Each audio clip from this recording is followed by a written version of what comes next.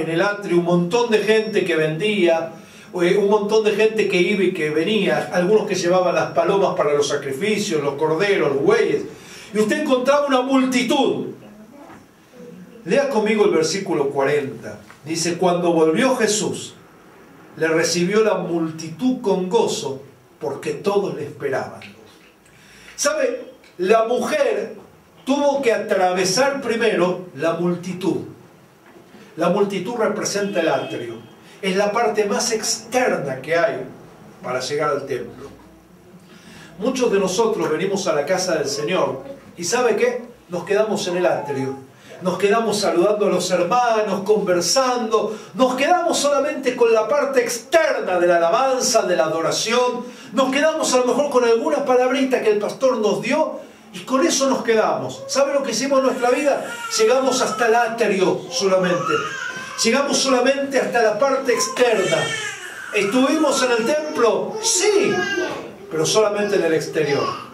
Y cuando volvemos a casa, cuando volvemos a nuestra vida, volvemos con los mismos problemas, volvemos con las mismas luchas, volvemos con las mismas dificultades. ¿Por qué? Porque solamente nos quedamos en la multitud. Solamente nos quedamos con esa multitud alegre, sí, porque todos esperaban ver la gloria de Dios, pero nos quedamos en la multitud. Y Yeshua no estaba en la multitud. Seguimos con nuestra hemorragia, seguimos con nuestra enfermedad, seguimos con nuestros problemas y venimos siempre al templo, pero nos quedamos en el atrio. No entregamos lo más profundo de nuestro corazón, nos guardamos cosas para con nosotros. Le damos al Señor lo que creemos que a Él le debemos de dar. Le damos a Él lo que la tradición nos enseñó. Le damos a Él lo que con nuestra mente pensamos que le tenemos que dar a Dios. ¿Y sabe qué? Nos perdemos de la presencia y del poder de Dios porque elegimos quedarnos en el atrio. Porque tal vez la multitud nos estorba. Porque tal vez es más fácil quedarse con la multitud que salte y que entrar al lugar santísimo donde hay que pagar un precio. ¿Sabía usted eso? Porque para entrar al lugar santísimo, ¿cuántos quieren entrar al lugar santísimo? Usted tiene que ser santo. Porque si usted no es santo, no puede entrar al lugar santísimo. La Biblia nos cuenta que el sacerdote, si él primero no hacía expiación por sus pecados y estaba seguro que sus pecados eran limpiados, si entraba al lugar santísimo, moría ahí. Porque lo inmundo no puede entrar a lo reservado de la presencia de Adonai. Entonces a veces, como sabemos que nuestra vida está así, preferimos quedarnos con la multitud desde el atrio, desde lejos. Decimos, sí, estuvimos en el templo, pero en la parte externa, donde están los gentiles. ¿Y quiénes son los gentiles? Aquellos que tienen prohibido acceder a la presencia de Dios. Ningún gentil en tiempos bíblicos podía entrar al templo, estaba prohibido. ¿Por qué? Porque no era apto. El gentil no era apto, al no estar circuncidado, al no ser parte del pueblo del pacto, no podía acercarse a Dios. Y muchos nos quedamos con los gentiles ahí afuera, con los que no tienen arte ni parte con Dios. ¿Quiénes son los gentiles? Son aquellos que te hablan mal de la iglesia, los que te hablan mal del pastor, los que nunca van a entrar a la presencia de Dios, porque no están limpios, porque están llenos de pecado, porque están llenos de inmundicia.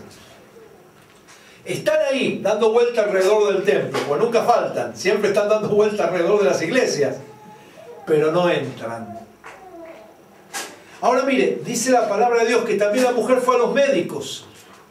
¿Saben? Los médicos representan el mundo que no tiene poder para transformar ni cambiar tu vida.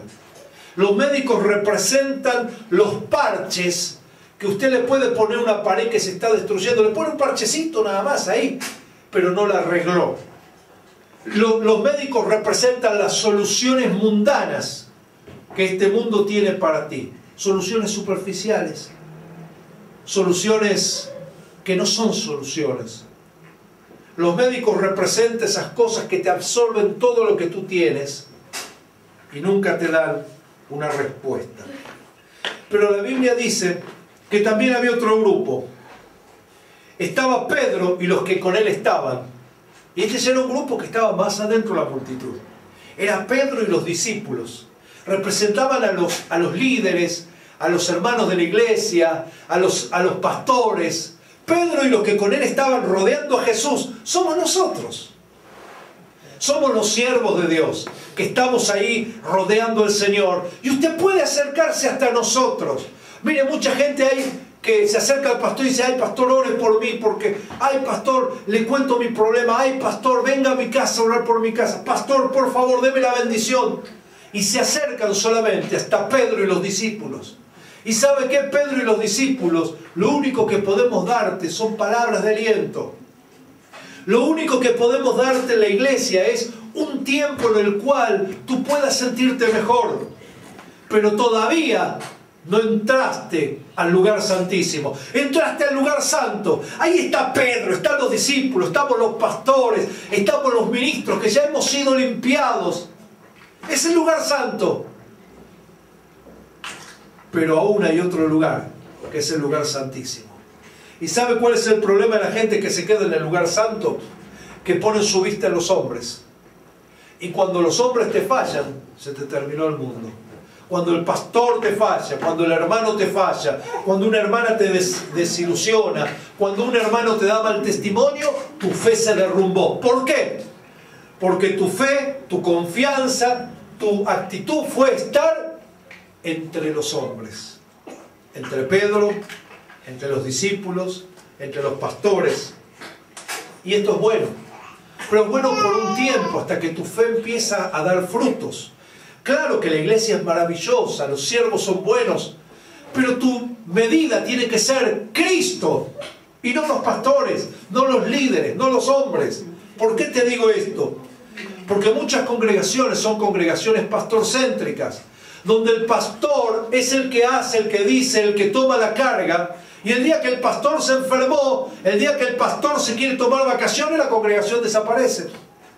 Esta mujer dejó de importarle lo que dijeran los médicos. Tal vez los médicos le dijeron: no salga de su casa, quédese acostada, evite el sol, deje de acercarse a Jesús, que ese está loco, no le va a poder curar, siga viniendo con nosotros. Pero esta mujer dejó a los médicos, no se intimidó ante la multitud, y tampoco se conformó con llegar a donde estaban Pedro, los discípulos y los líderes, sino que esta mujer llegó por detrás a tocar el borde del manto del Señor. Y yo aquí le quiero explicar algo.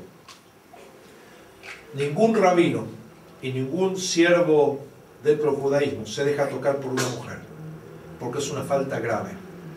Y mucho más cuando la mujer tiene un problema de impureza de sangre. ¿Escuchó esto? Era una falta completamente grave la que hizo esta mujer. Acercarse a un rabino, acercarse a un moré, a un siervo de Dios, ella con un problema de sangre, y tocarlo. Prohibido. Pero esta mujer tenía fe. Y ese toque fue el que el Señor sintió, que fue un toque especial. Porque Él dice: alguien me ha tocado, porque yo sentí que poder salió de mí. Mire, no fue el toque de la multitud, sino que fue el toque de la necesidad. No fue el toque de los gozosos y de los alegres, sino el toque del desesperado que está buscando en Yeshua el milagro. Querido hermano, el borde del manto representa la más íntima proximidad a una persona. El manto o el talit, para que usted lo toque, tiene que estar bien cerca de esa persona. Y esa intimidad, esa proximidad que la mujer consiguió, es entrar al lugar santísimo. Es entrar a la presencia de Dios. Mire, y muchos de nosotros venimos a la iglesia y nos quedamos entre los gentiles. Muchos venimos a la iglesia confiando en lo que nos dicen los médicos, los familiares, o el incrédulo aquel, o lo que nos dice cualquier amigo. Muchos venimos a la iglesia y nos quedamos contemplando a Pedro y a los discípulos, a los líderes. Pero la intención es que usted venga a disfrutar de la presencia íntima del Señor. Que cada vez que tú vengas a